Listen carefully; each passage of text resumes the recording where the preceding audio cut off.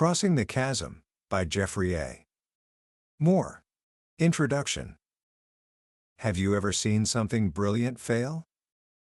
A truly incredible idea, a product so far ahead of its time that it just disappears. It launches with a burst of excitement. The news is full of stories about how it's going to change the world. A small, passionate group of people fall in love with it. And then, silence. The company runs out of money. The founders are heartbroken. And a few years later, we're left wondering, whatever happened to that thing? I've seen it happen more times than I can count. A company comes along with a product that is, feature for feature, better than anything else on the market. But it loses. Another company, with what seems like an inferior product, goes on to become a household name, making its founders billionaires. Why? What is this invisible barrier that separates a flash of brilliance from lasting success? What is the secret that companies like Apple, Salesforce, and VMware figured out, while countless others, with equally smart people and equally good ideas, ended up as footnotes in history? For decades, this question haunted Silicon Valley. It was like a mysterious illness that would strike down the most promising young companies just as they were supposed to take off. Everyone had theories, but no one had a map. Until a consultant named Geoffrey A. Moore came along. He had spent years on the front lines, watching this tragedy play out again and again. And he noticed a pattern. He saw that there wasn't just a barrier, there was a chasm. A deep, dark, and dangerous gap that exists in the life of every innovative new product. A gap between the first people who love new things, and the rest of us who are a little more careful. In his book, Crossing the Chasm, which has sold over 1 million copies and has become the Bible for innovators and entrepreneurs, Moore doesn't just give this chasm a name. He gives us a strategy to cross it. He draws a map for one of the most dangerous journeys any new idea can take. Today, we're going to walk that path together. I'm going to share with you the profound, and surprisingly simple, lessons from Geoffrey Moore's masterpiece. By the end of our time together, you won't just understand why great products fail, you will hold the blueprint for making sure a great idea succeeds. This isn't just a summary of a business book. This is a field guide for turning a dream into a reality that can change the world. So, let's begin. Book summary. Imagine you've just invented something incredible. Let's say, the very first electric car. It's quiet, it's clean, it's the future. You're sure everyone is going to want one. The traditional thinking, the dream that every inventor has, is that your invention will spread like a gentle wave across the population. First, a few brave souls will try it. They'll love it. They'll tell their friends. Those friends will tell their friends. And before you know it, that small wave becomes a tsunami of success, and your electric car is in every driveway. This idea is so powerful it even has a name: the technology adoption life cycle. It's often shown as a beautiful, smooth bell curve, like a perfectly shaped hill. On the far left of this hill, you have the innovators. These are the tech enthusiasts, the people who love technology for its own sake. They're the ones who will take apart your electric car just to see how the engine works. They don't care if it's practical, they care that it's new and cool. There aren't many of them, but they're essential because they prove that your idea actually works. Right next to them, you have the early adopters. These aren't techies, but they are visionaries. They're the dreamers, the executives, the people who can see the future. They look at your electric car and don't just see a car, they see a way to revolutionize transportation, to build a new kind of company, to get a massive competitive advantage. They are willing to take huge risks on a new idea if it matches their grand vision. They are the ones who give a new product its first big break. Together, the innovators and the early adopters make up what Moore calls the early market. It's an exciting, fast-paced world filled with passion and big dreams. When your company is selling to this group, it feels like you can do no wrong. The press is calling, your sales are growing, and your investors are thrilled. You feel like you're on the verge of conquering the world. You're standing on the left side of that beautiful hill, looking up at the massive market ahead, ready to climb. But here is where the dream turns into a nightmare. Here is where Geoffrey Moore reveals the devastating secret that lies hidden in that beautiful bell curve. The curve isn't smooth at all. There are cracks in it. And between the early adopters, the visionaries, and the next, much larger group, the early majority, there isn't just a crack. There is a chasm. A vast, empty space where promising companies go to die. This is the central, earth-shattering idea of the book. The people in the early market are fundamentally different from the people in the mainstream market. They buy for different reasons, they trust different people, and they have completely different expectations. Think about it. A visionary, an early adopter, wants a revolution. They want something that will give them a quantum leap forward. They are perfectly happy to deal with bugs, missing features, and a product that's only 80% complete, because they see the potential. In fact, they don't want a lot of other people to be using the product, because its scarcity is what gives them an edge. They don't need references, they want to be the reference. Now, who's on the other side of that chasm? The early majority. Moore calls them the pragmatists. These are the sensible, practical people who make up the bulk of any market. They aren't looking for a revolution, they're looking for an evolution. They want a productivity improvement for their existing operations. They don't want to be the first to try anything. They are deeply afraid of risk. They hate bugs. They don't want a product that's 80% complete, they want the whole product, with all the support, training, and third-party services that go with it. And most importantly, before they buy anything, they want to see references. They want to talk to other people, just like them, who are already using the product successfully.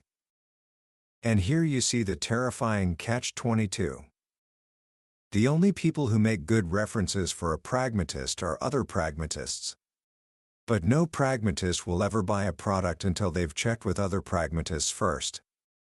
The visionary early adopters you've worked so hard to win over? To a pragmatist, they're not credible references. In fact, they're the opposite. Pragmatists see visionaries as reckless, unrealistic dreamers who are always chasing the next shiny object. They look at a visionary's endorsement and think, that's great for them, but their world is not my world. I have a business to run. So your company is stuck. You've run out of visionaries to sell to. The mainstream market can see you.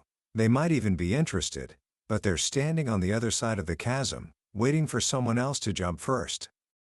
The momentum you had in the early market grinds to a halt.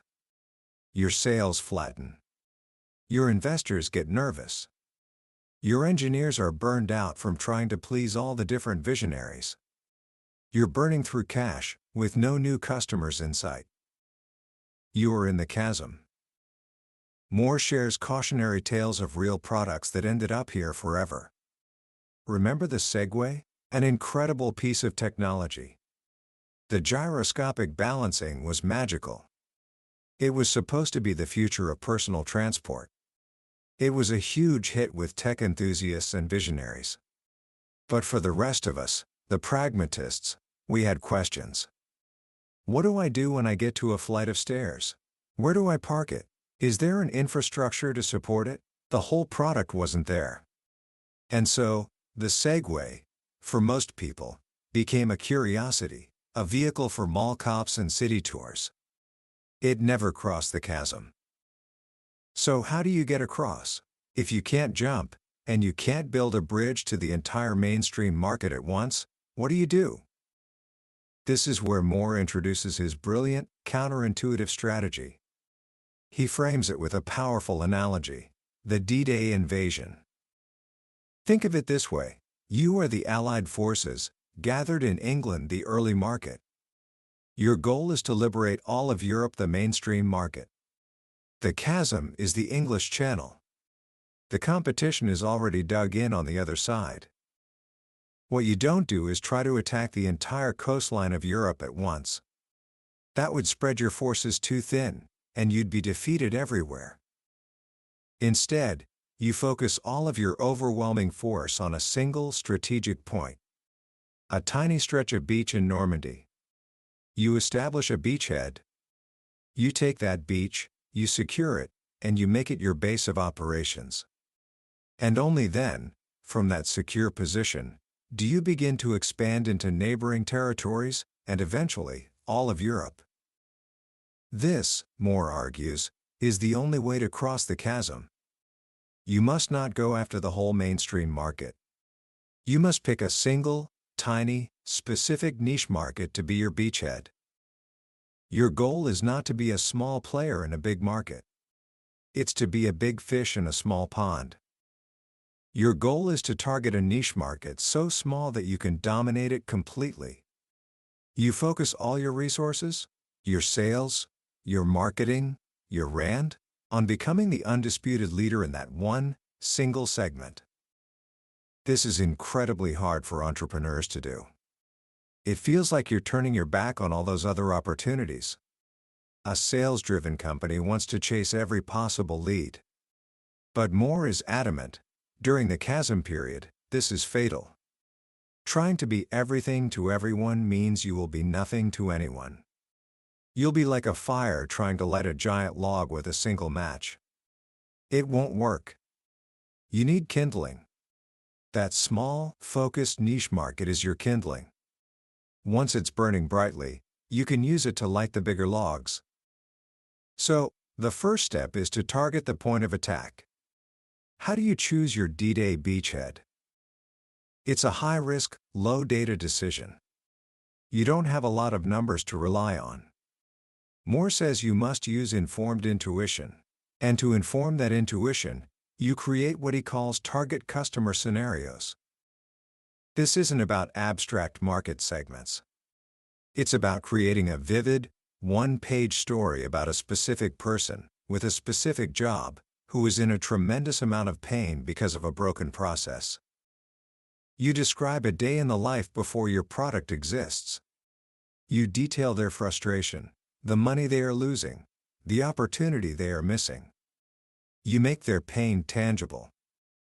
Then, you describe a day in the life after your product arrives.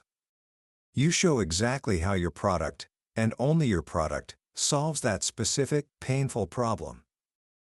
The perfect beachhead niche is a group of people who are all experiencing the exact same, excruciating pain. A pain so bad that it creates a compelling reason to buy. This isn't a nice to have improvement. This is a my hair is on fire problem that they need to solve now. And because they're all in the same niche, they talk to each other.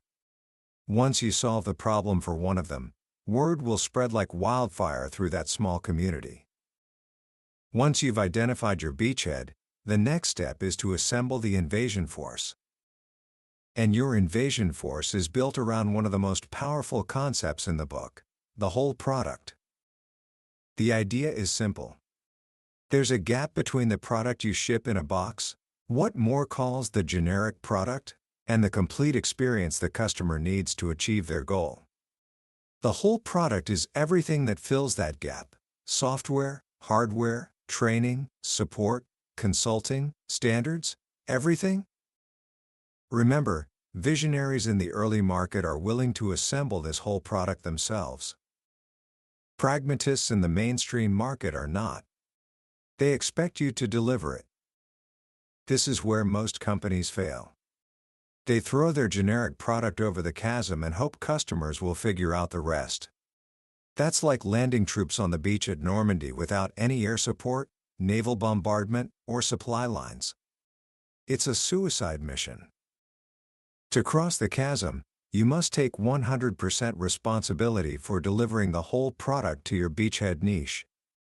You don't have to build it all yourself. This is where you bring in partners and allies. Your job is to be the general contractor, orchestrating all the different players to create a complete, frictionless solution for that one specific customer problem. Let's look at a classic example Moore uses: Documentum. In the early 90s, Documentum had a powerful document management technology, but for years their sales were flat. They were stuck in the chasm. Then, they decided to target a tiny beachhead, the regulatory affairs departments of the top pharmaceutical companies. This group had an excruciating problem. To get a new drug approved, they had to submit an application that could be 500,000 pages long, compiled from thousands of different sources. Every single day they spent wrestling with this paper nightmare was a day of patent life wasted, costing them, on average, $1 million a day. That was a compelling reason to buy. Documentum focused all its energy on solving this one problem. They built the whole product for this specific niche, ensuring their software could handle all the complex requirements of a new drug application. Within a year, they had become the de facto standard in that small community. They had crossed the chasm. And what happened next is the magic of this strategy. Once they dominated that beachhead, they could start expanding. Other departments within the pharmaceutical companies, like research and manufacturing, started using their product. Then, related industries like chemical manufacturing and oil refineries adopted it. Documentum used their initial beachhead like a bowling ball to knock down a whole row of adjacent pins. This is the bowling alley phase that comes right after crossing the chasm. Once you have your beachhead chosen and your whole product invasion force assembled, it's time to define the battle. This means positioning. And for a company in the chasm, positioning has one crucial, counterintuitive goal: you have to create your competition. A pragmatist, remember, is nervous. They don't want to buy a product that's floating in a category of one. It feels too risky. They need a frame of reference. They need to be able to compare. So, you have to give them that frame of reference. Moore says you need to position your product against two competitors. First, the market alternative. This is the old, established way the customer is currently solving their problem. This is where their budget already exists. By naming the market alternative, you are telling the customer, you know that money you spend every year on X?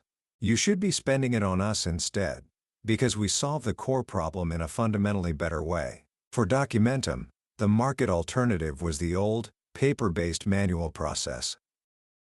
Second, the product alternative. This is another new technology company that is also trying to solve the problem. By naming them, you are validating the idea that a technology shift is happening. You're telling the customer, it's not just us. The world is moving in this new direction. The time to act is now. But then, you differentiate yourself by saying, unlike them, we are the only ones who have built the complete whole product specifically for your niche. This brilliant positioning makes you the obvious, safe, and intelligent choice for the pragmatist in your beachhead. You are anchored in a familiar budget category, but you are offering a breakthrough solution that is laser-focused on their specific pain. You've made your product easy to buy. The final step is to launch the invasion. This comes down to two things: distribution and pricing. When crossing the chasm, your number one objective is to secure a distribution channel, a sales force, that the pragmatist customer in your beachhead already trusts. This is more important than revenue, more important than profit.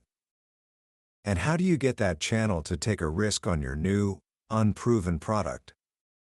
Your pricing has to be designed to motivate the channel. This is another crucial insight. During the chasm crossing, your price isn't set for the customer. It's set for your sales partners. You should price your product at a premium, like a market leader, to signal your confidence. But you build a disproportionately high margin into that price for the channel. You are rewarding them generously for the extra effort it takes to introduce a disruptive product to their conservative customers.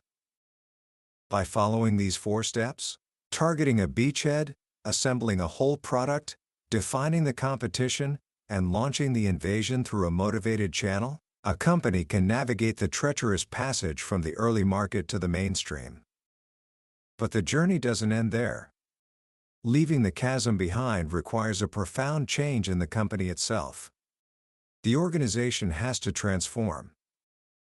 Moore describes this as a shift from pioneers to settlers. The pioneers are the heroes of the early market. They are the brilliant engineers who love to push the technological envelope. They are the charismatic salespeople who can sell a dream to a visionary. They thrive on chaos, freedom, and doing things that have never been done before. The settlers, on the other hand, are the heroes of the mainstream market. They are the engineers who build infrastructure, who value stability, standards, and compatibility. They are the account managers who build long-term, predictable relationships with pragmatist customers. They thrive on process, predictability, and building a sustainable business. A company that has crossed the chasm must learn to value and reward its settlers. The pioneers, who were once the company's greatest asset, can become a liability. They might get bored with the steady, incremental work of serving the mainstream. They might keep trying to sell custom, one-off solutions to new visionaries, pulling the company back into the chasm. This transition is painful. It requires a change in culture, in compensation, and in who holds power. But it is essential for long-term survival. The goal is not to get rid of the pioneers, but to move them to a new frontier, a new early-stage project, where their unique talents can once again be put to good use, while the settlers build a prosperous and lasting city on the land they discovered. This is the full journey that Geoffrey Moore lays out. It's a journey from a product-driven company, obsessed with its own technology, to a market-driven company, obsessed with solving a customer's whole problem. It's a journey that explains why some ideas change the world, while others are lost to the wind. It is the art and science of crossing the chasm. Commentary. When you step back and look at the core message of crossing the chasm, it's a profound lesson not just in business, but in human nature. The book is about the tension between innovation and tradition, between the dreamers who see what could be and the pragmatists who keep the world running as it is. What makes Geoffrey Moore's work so enduring is that he doesn't just describe this tension. He provides a practical, actionable bridge between these two worlds. The D-Day analogy isn't just a clever metaphor, it's a powerful mental model for focus. In a world that tells us to think big, to scale fast, to go after massive markets, Moore's advice is a radical act of discipline. He tells us to think small, to focus, to find the one place where you can make a real difference, and to put all your heart and soul into winning there first. It's a lesson that applies far beyond launching a tech product. Whether you're starting a nonprofit, launching a creative project, or even just trying to make a change within your own community, the principle is the same. Find your beachhead. Find that small group of people whose problem you are uniquely positioned to solve. Serve them so completely and so well that they become your evangelists. And from that small, secure base of success, you can begin to change the world. So, what can you take away from this today? First, start paying attention to the chasm in your own life. Notice the new apps, ideas, or trends that are popular with a small, enthusiastic group, but never seem to catch on with everyone else. Ask yourself, is there a whole product? Who is the pragmatist? And is their problem being solved? You'll start to see this pattern everywhere. Second, if you have an idea of your own, a project, a business, anything, resist the temptation to be everything to everyone. Instead, ask yourself, who is my beachhead? Who is the one person or group of people who need what I have to offer more than anyone else? And what is the complete, whole product experience they need to be successful? Don't move on to the next thing until you have answered that question with absolute clarity. The journey Moore describes is not easy. It requires humility, focus, and the courage to say no to 100 good ideas in order to say yes to one great one. But it's a path that has been proven time and time again. It's the difference between an idea that flashes brightly and then fades, and one that builds a lasting fire that warms the world for years to come. That was the book summary of Crossing the Chasm by Geoffrey A. We've covered the major landmarks on this journey today, but I'll be honest with you, a summary is like looking at a map of a beautiful country. The real magic happens when you travel there yourself. It's in the quiet moments when a particular story or a simple phrase from the book connects with your own experience in a way you didn't expect. This summary is designed to help you decide if this journey is one you want to take. If anything we've talked about today has sparked a fire in you, I encourage you to grab a copy. Reading it isn't just about learning a business strategy, it's about gaining a new lens through which to see the world of ideas, innovation, and human progress. A link to the book is in the description below. Also, if you found this summary valuable and want to continue exploring the ideas that shape our world, please take a moment to hit that like button and subscribe to the channel. That way, you won't miss our next journey into another life-changing book from the billionaire's bookshelf. Let's keep learning and growing together.